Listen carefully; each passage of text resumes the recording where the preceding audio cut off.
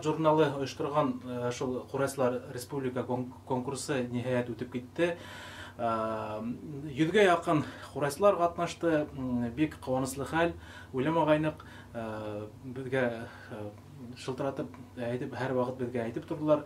Нисә катнашучы катнашканы, шуңа бер ай тирәһе самаһы шул онлайн конкурсы үтте бит инде. Шуларның арасында бер 2-3 көн тыңлагандан соң шундый һөҗүмтәгә килдек. Куанычлы хәл. Бөтәһелә ихлас катнашкандар, бөтәһелә әүдем катнашкандар, ансамбльләр арасында бигрәк катнашучылар күп булды. Солистлар 11 яшькә тикилемгә, 11 яшьтән 2 категория бүленде бит инде. Шуларның арасыннан без иң-иңдәрен хәйләп алырга тырыштык. Безнең жюри агзалары бик әүдем катнашты, үзләренең багаһын бирделәр. Шуның без шул әйтәйек, үзебезнең балдарыбызны бергә туплап, шундый теге гымтага килеп, конкурстың теге һөҗүмтәләрен шул сайтта күрергә.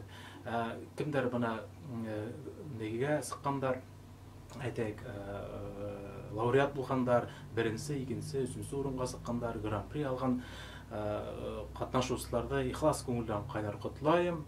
Һезгә иҗади уңыштар, бәхет, тагыла шул Аманат журналы менән бергә калыгыз, Курай моңы менән бергә калыгыз, онытмагыз, яшәһен безнең Курайбыз.